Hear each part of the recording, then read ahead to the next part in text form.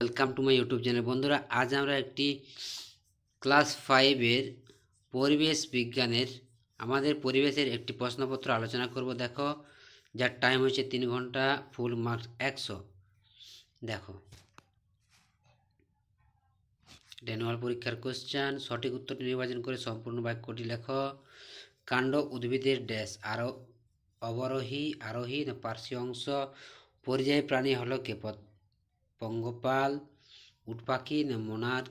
মেরুদণ্ডের অস্থি সংখ্যা 33টি, 27টি না 22টি। স্কার্ভি রোগ হয় কোন ভিটামিনের অভাবে?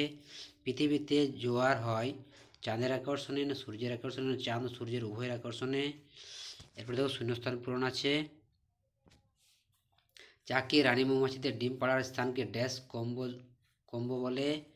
গুরু মস্তিষ্ককে ড্যাশ কেন্দ্র বলা হয়? মানুষের চোখ ড্যাশ মতো কাজ করে? শব্দের তীব্রতা পরিমাপের একক কি?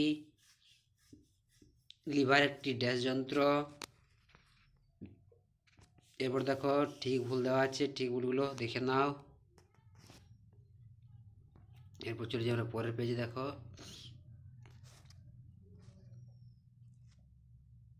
এগুলো হচ্ছে সম্পূর্ণ বাক্যে লেখো।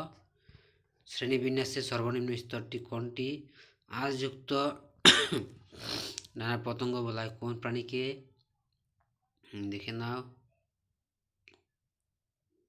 প্রশ্নগুলো। এগুলো 2 মার্কের কোশ্চেন। দেখো, শীত গুম লিগামেন্ট, কানের দুটি কাজ। দেখো, 51 কোশ্চেন। দেখো,